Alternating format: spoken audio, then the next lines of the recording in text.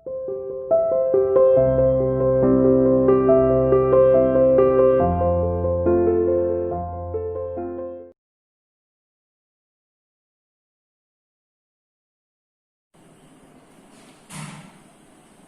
Student, welcome to CR international online classes. बेटा आज हम कक्षा 9वीं का हिंदी विषय में अलंकार टॉपिक को कंप्लीट करेंगे। हमने अलंकार के दोनों भेद पढ़ लिए हैं, शब्द अलंकार और अर्थ अलंकार। और यह अर्थ अलंकार का हमारा लास्ट जो लेक्चर है वो आज लास्ट है। आज हम अपने टॉपिक को समाप्त कर देंगे। तो हमारे दो ही भेद बचे हैं, एक तो अतिशयोक्ति और एक मानवीकरण। इससे पहले हमने पढ़ा है उपमा अलंकार, रूपक अलंकार, उत्प्रेक्षा अलंकार और आज हम पढ़ेंगे अतिशयोक्ति अलंकार। तो नंबर 4 हमारा है वो अतिशयोक्ति अलंकार। देखिए अतिशयोक्ति अलंकार में क्या होता है, अतिशयोक्ति अलंकार किसे कहते हैं। सबसे पहले ये दो शब्दों से मिलकर बना है, अतिशय जमा उक्ति।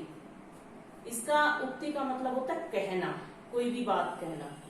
तो इसका अर्थ क्या होगा कि किसी भी बात को बढ़ा चढ़ाकर कहना। अतिशयोक्ति का अर्थ क्या होगा, किसी भी बात को बढ़ा चढ़ाकर कहना। ठीक है, जहां किसी वस्तु का वर्णन इतना बढ़ा चढ़ाकर किया जाए कि लोक सीमा का उल्लंघन प्रतीत हो, यानी जो हमारे संसार की जो सीमाएं हैं, मतलब इतना अधिक बात को बढ़ा दिया जाए कि वो अविश्वसनीय लगे। कहने का मतलब कि यानी कविता में वर्णन कुछ न कुछ बढ़ा चढ़ाकर तो किया ही जाता है, लेकिन क्या होता है, इतना अधिक बढ़ा दिया जाए कि वो अविश्वसनीय सा लगने लगे। तो वो वहां क्या होता है, अतिशयोक्ति अलंकार। ठीक है, सीधा सा और साधारण सी बात है कि जहां बात को बढ़ा चढ़ाकर कहा जाए, यानी बात किसी भी चीज का वर्णन बढ़ा चढ़ा कर किया जाए, वहां अतिशयोक्ति अलंकार होता है। जैसे उदाहरण के लिए ये मैंने एक ही पंक्ति लिखी है यहाँ, वैसे ये पूरी पंक्ति लिखी तो आगे नदियां पड़ी अपार, घोड़ा कैसे उतरे पार, राणा ने सोचा इस पार, तब तक चेतक था उस पार। यानी आगे गहरी नदी थी और राणा यही सोच रहा था, महाराणा प्रताप, की ये घोड़ा कैसे उस नदी के पार जाएगा, लेकिन वो तो सोच ही रहा था और उस महाराणा प्रताप के घोड़े का नाम चेतक था। तब तक घोड़ा उस पार जा भी चुका था। ठीक है, ऐसे ही दूसरा उदाहरण है, वह सर इधर गांडीव गुण से भिन्न जैसे ही हुआ। सर मतलब बाण, और ये क्या है, प्रत्यंचा, जो बाण पे हम ऐसे खींचते हैं और जो डोरी होती है। ठीक है, गुण से भिन्न जैसे ही हो, भिन्न होना, अलग होना। धड़ से जयद्रथ का सिर छिन्न वैसे ही हुआ, यानी बाण जैसे ही धनुष से निकला तो निकलकर सामने कोई है, वहां तक पहुंचने में टाइम तो लगेगा, लेकिन क्या है कि इधर बाण निकलते ही जयद्रथ का सिर उसके धड़ से अलग हो गया। ये पहुंचा भी नहीं वहां से, निकलते ही हो गया। तो ये क्या है इसमें कि बात को बढ़ा चढ़ाकर कहा गया है। ऐसे ही जैसे हनुमान की पूंछ में लगन ने पाई आग, लंका सगरी जल गई, गए निशाचर भाग। यानी हनुमान की पूंछ में आग लग भी नहीं पाई है और लंका सारी जल भी गई। पहले यूं भी कह रहे हैं कि आग लग नहीं पाई है, लेकिन लंका सारी जल गई और राक्षस सारे भाग गए। तो इनमें क्या है, ये अतिशयोक्ति अलंकार है। ठीक है बेटा, आइए समझने एक बार फिर से देखिए। अतिशयोक्ति का अर्थ होता है किसी भी बात को बढ़ा चढ़ाकर कहना। इसका मतलब है कि बात को बढ़ा चढ़ाकर कहना। जहाँ किसी वस्तु का वर्णन इतना बढ़ा चढ़ाकर किया जाए कि लोक सीमा का उल्लंघन प्रतीत हो, वहां अतिशयोक्ति अलंकार होता है। यानी काव्य में बातें बढ़ा चढ़ाकर तो कही जाती हैं, लेकिन कुछ ज्यादा ही बढ़ा चढ़ाकर कह दिया जाता है जहां अविश्वसनीयता लगने थी, यानी विश्वास के योग्य ना हो, किसी बात पर विश्वास ना हो, तो वो क्या होगा, वो अतिशयोक्ति अलंकार होगा। ठीक है, इसके बाद हमारा आखिरी जो अलंकार है, अर्थ अलंकार का जो आखिरी वेद है, मानवीकरण अलंकार। मानवीकरण अलंकार में क्या होता है कि जहां जड़ पदार्थ वस्तुओं की तुलना मानवीय भावनाओं से की जाए, वहां क्या होता है, मानवीकरण अलंकार होता है। ठीक है, जैसे निशा की धो देता राकेश, चांदनी में जब अलके खोर, तो यहाँ निशा किसके लिए, रात, और राकेश चंद्रमा का मनुष्य की भांति बाल खोलकर धोने का वर्णन किया गया है। ठीक है, तो ये क्या हो गया, मानवीकरण अलंकार। जैसे अंबरपन घट में डुबो रही तारा घट उषा गागरी, यहाँ किसके लिए प्रयोग किया गया है, जो उषा है, उषा यानी प्रातः, उसको एक नारी के रूप में दर्शाया गया है।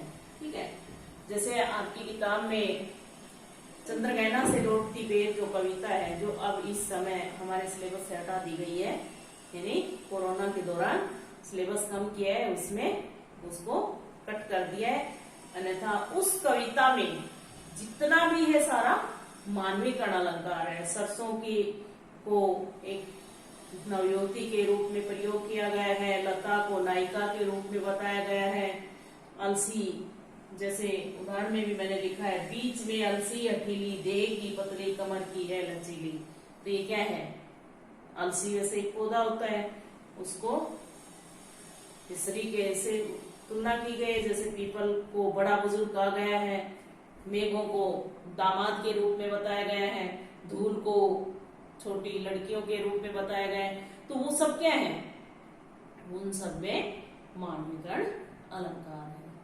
और जो मेघ आए हैं उसमें भी मानवीकरण अलंकार है, चंद्रगहना से लौटती बेर है उसमें भी पूरी कविता में मानवीकरण अलंकार है। अब देखिए, मेघ आए बड़े बन ठन के संवर के, तो ये क्या है, ये बादलों की तुलना गांव में आने वाले मेहमान से की गई है, दामाद से की गई है। कई पत्थर किनारे पर पी रहे चुपचाप पानी, अब पानी पत्थर थोड़ी पीते हैं, पानी तो मनुष्य ही पीते हैं, तो ये पत्थर की तुलना मनुष्यों से की गई है। तो इन सब में क्या है, मानवीकरण अलंकार।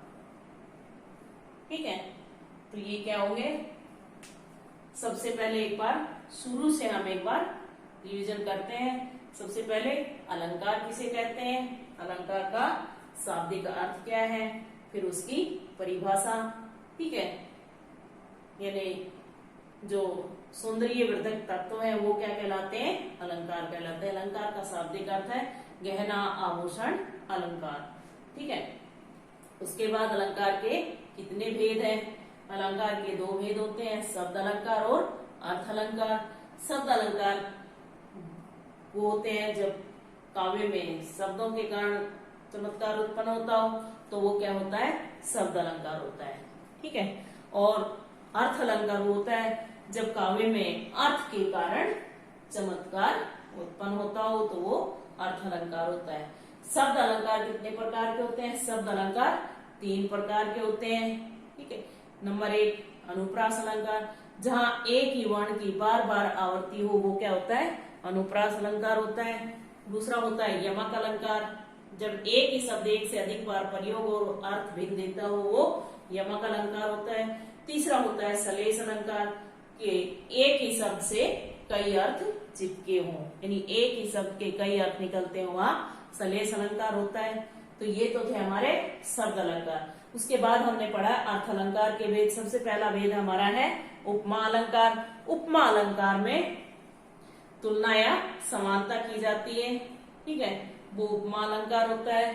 दूसरा है रूपक अलंकार। रूपक अलंकार में समानता दिखाने के लिए उपमान उपमेय को एक कर दिया जाता है, वो रूपक अलंकार होता है।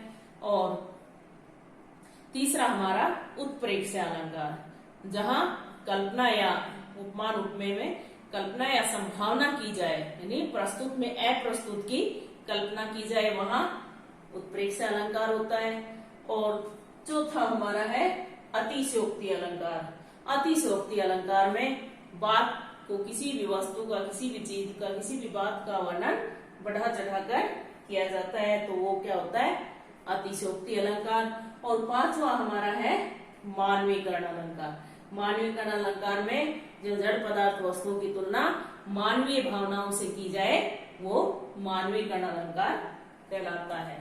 जैसे अंबर पनघट में डुबो रही तारा घट कुसन गागरी, बीच में अलसी हथेली, देह की पतली कमर की है लचीली, मेघ आए बड़े बंठन के संवर के, है कई पत्थर किनारे पर पी रहे चुपचाप पानी। तो ये सब, इन सब में क्या है, मानवीकरण अलंकार। ठीक है बेटा, ये आज हमारा अलंकार का लेसन कंप्लीट होता है। मैंने रिवीजन करवा दिया है, अच्छे से करवाया है। और फिर भी अगर कोई बात आपको पूछनी हो, आप लिख के मेरे पास व्हाट्सएप पे भेज दो। लेकिन जब तक आप रिवीजन नहीं करोगे, आपको याद नहीं होगा। जितनी अधिक काव्य पंक्तियां पढ़ोगे, उतना ही आपको अधिक समझ में आएगा। ठीक है बेटा, इसके बाद ये हमारा ग्रामर में एक दिन हम पढ़ेंगे, यानी 4 लेसन कंप्लीट हो गए। उपसर्ग, प्रत्यय, समास, वाक्य और अलंकार। अब हमारे ग्रामर में बचेंगे पत्र, निबंध और संवाद। तो तीनों की एक एक दिन की वीडियो में समझा दिया जाएगा। वो लिखने आपको अपने आप है, बस आपको समझा दिया जाएगा कैसे, कितने प्रकार के पत्र होते हैं और कैसे लिखे जाते हैं। ठीक है बेटा, तो आज के लिए हमारा टॉपिक समाप्त हो गया है। तो इतना ही काफी है, इतना ही आप रिवीजन कर लोगे। सबकी नोटबुक कंप्लीट हो, अब चेकिंग के लिए नोटबुक स्कूल मंगवाई जाएगी, इसलिए बेटा जिसकी कंप्लीट ना हो अपने कंप्लीट कर लेना। ठीक है, ओके बाय।